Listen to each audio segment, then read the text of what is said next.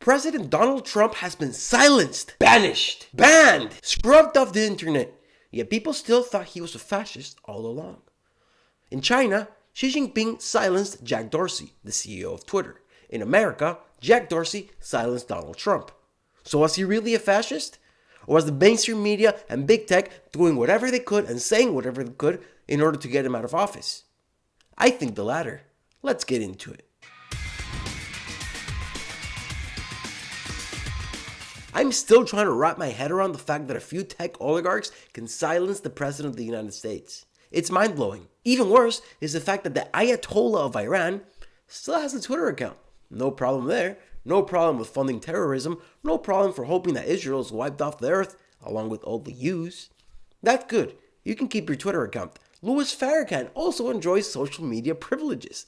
He's incited many riots in his career. He wants to wipe the Jews off the earth. A lot of white people too. He's fine. It's Donald Trump who's the real threat. It's also Donald Trump who's the fascist and the racist, right? I mean, you guys remember when Donald Trump said that Detroit was infested with rats and rodents because it was dirty, because it wasn't taken care of? The Washington Post printed an article saying it was a racist attack. Trump, using the word rats, was compared it to black people because black people live in Detroit. Racist. But a few months later, the Washington Post printed an article comparing all the Republicans who supported Trump as rats. In fact, they had a cartoon for each one of them. A nice rat and their name next to it. A long list. You know who also depicted their political rivals as rats? The Nazis. You know why? Because then, when you want to exterminate them, there's really no issue from the public. They're rats, aren't they? Very nice, Washington Post. Manipulation level 10. Before we move on, I want to make it clear that Trump didn't use the word rats as an insult, but the Washington Post did. But they're good. They're all good. And do you want to see another example of media manipulation? Let's check out Vox. During the summer riots, Vox had this to say: riots are destructive, dangerous, and scary, but can lead to serious social reform. To prevent more violent uprisings and protests, we need to take their causes seriously. Okay, so that's what they think about BLM and Antifa. Let's see what they think about Trump supporters. Every person who forced their way into the Capitol should be arrested. Lock them all up. Okay, see, they're right with this one. They should be locked up for breaking the law. But you know who else should be locked up for breaking the law? All the ones that participated in these riots. But no, Vox doesn't agree. That's actually racist for you to even suggest it, you bigot. How dare you? And if you think this is crazy, let me highlight some tweets for you, starting with the intellectual, the very smart guy, Sam Harris. I used to listen to Sam Harris's podcast until he went a little crazy. Trump derangement syndrome really got him. Check this one out. Keep in mind, this guy's an intellectual who fights for free speech. There is an important debate to have about the wisdom of kicking Trump off Twitter. I still believe that it should have happened years ago and that we paid a terrible price for the delay. But for the moment, all I want to say is, thanks, Jack. That's what I call a simp. Sam Harris has lost his way. Sad. And you know what Edward Snowden had to say about the situation? I mean, Edward Snowden knows about censorship and surveillance more than any of us. Very interesting tweet. That's all he said. Just a little link to Wikipedia. What could it be? Damnatio memoria, no idea how to pronounce it, is a modern Latin phrase meaning condemnation of memory, indicating that a person is to be excluded from official accounts. The Egyptians, or the Egyptian pharaoh, if they wanted to erase the memory of the previous pharaoh, they would take down all the statues, remove him from all the carvings. This is what's happening to Donald Trump. It's sad. It's crazy. It's authoritarian, dictatorial, and we should all be scared about it. And now you want to see an even crazier tweet?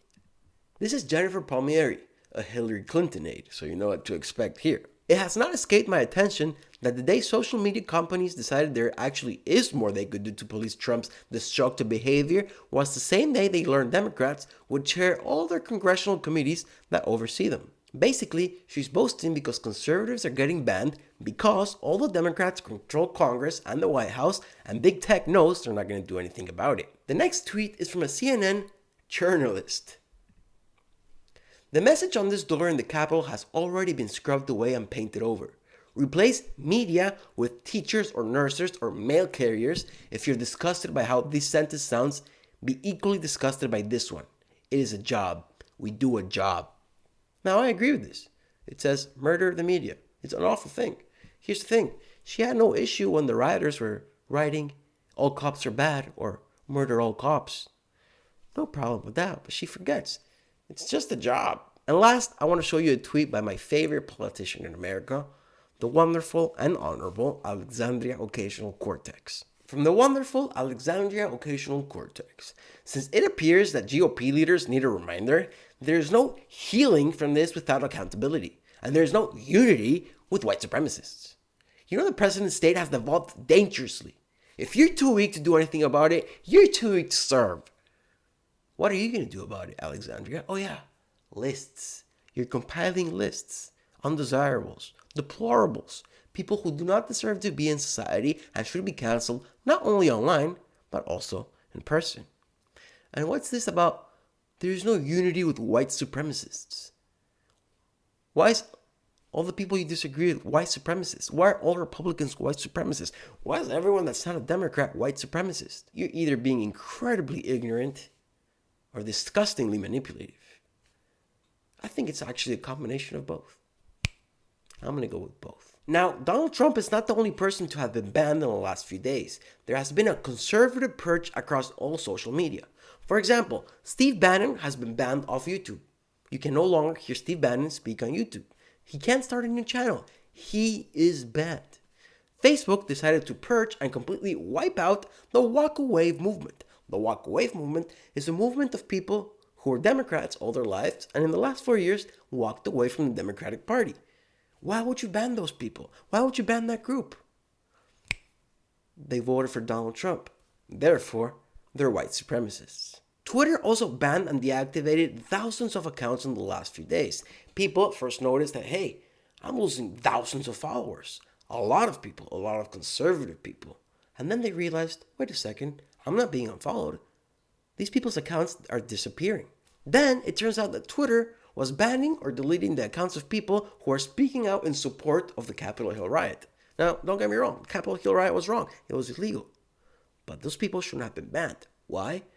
Because people weren't banned when they spoke in support of the BLM and Antifa riots. In fact, people were organizing to bail out Antifa and Black Lives Matter members.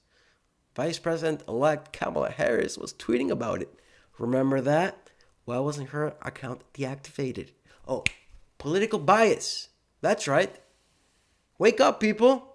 In the past few years, when conservatives or anyone with an edgy opinion complained about being silenced or banned off social media, specifically Twitter, far-left Democrats would usually say, then make your own app. And so Parler was born. Parler is a free speech alternative to Twitter. In Parler, you can say whatever you want, left or right, as long as it's legal under the US law. But now, Parler is coming under attack. In the last couple of days, Google has removed Parler from the Google App Store, making it impossible for people to download with Android phones, and Apple has told Parler that it has 24 hours to start censoring posts or they're going to remove them from the Apple App Store. That way, nobody will be able to download Parler. Now make your own app, they said. And now what? Apple and Google control the whole internet. They control what you see. They control the access. They control what app you can or cannot download. Here's a short clip with an interview with the CPO of Parler after they received notice that Apple wanted to take them out the App Store. Check it out.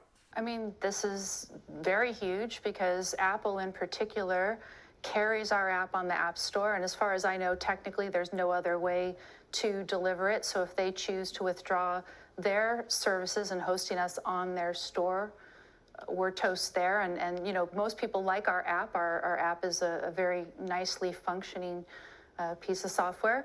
And then in terms of Amazon is also raising some problems, and I'm not sure how serious that is yet because I've yet to speak with them. I will later today.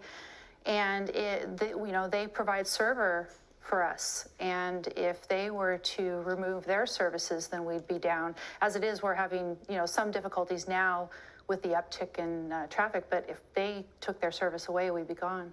I mean, there's a huge amount. It's impossible to overstate the amount of filth and political extremism, explicit violence, pornography, whatever, on the internet. That's what the internet is.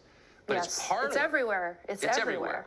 But it's Parler that is being singled out. I mean, it's kind of impossible not to conclude this is political repression. It really, because I think we do have the reputation as being the conservative platform, although we are nonpartisan. That is what everybody sees us as. We do see this as being politically singled out. The other thing is that we are competing with other platforms who have decided that they want to surveil the people on their platform 24/7 without any particularized suspicion. And, on the one hand, people don't like to live in the world of Orwell's 1984. And then on the other hand, a lot of people seem to want to pressure social media to do more to moderate, as they call it, content on their platforms. But that would require 24-hour surveillance. And we don't think that that is consistent with the principles of America. So just to be clear for our viewers who aren't familiar with your company and your app, Sure.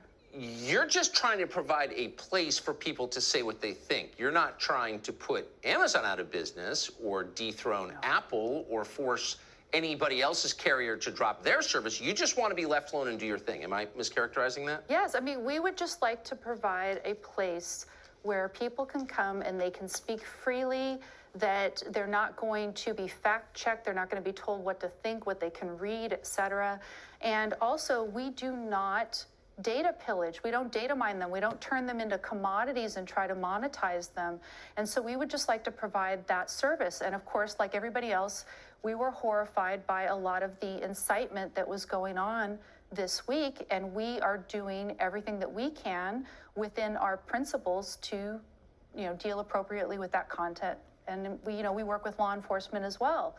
But that content has been everywhere this week. This has been a very unusual week. And to be singled out, we think, is quite unfair. Well, it's political repression, period. Last, I want to go over a list of all the platforms that have decided so far to deplatform the President of the United States and their reason for probably doing so. So let's start with Facebook. Well, it's obvious. Facebook doesn't want Trump communicating with his followers, so cut the cord. Twitter, same thing. Communicating with his followers, cut the cord. Google, same thing. Communicating with his followers plus advertising, cut the cord. Spotify, I think this is interesting. I think this is more of a future thing. We don't want Donald Trump leaving the presidency and starting his own podcast, do we? Banned off Spotify. Snapchat, same with Facebook and Twitter, communicating with the followers. Can't have that. Shopify, this one's incredibly Orwellian. The Trump organization can no longer do transactions online using Shopify, which is the biggest online transaction in the world. Not the Trump campaign, the Trump organization. Far overreach, if you ask me. Then we have Reddit. This is super interesting too. Trump's not on Reddit, but you know what they banned? r/the Donald. It's just discussion about Donald Trump. It's mostly memes.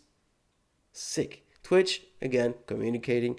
You don't want that. YouTube and TikTok also communicating with his followers. And of course, we can't have that. Cut it off. I can't imagine a 1984 Orwellian America. A censorious dictatorial government in America? It's hard to imagine, but at the same time, it really does feel like we're headed that way. I mean, like the Clinton aide said, now that the Democrats control the House, the Congress, and the White House, censorship is gonna ramp up. So please, while I'm still allowed on YouTube, like the video, help a brother out. Subscribe, it's free. Take care of yourself, watch what you post, because you're gonna get banned. See you next time.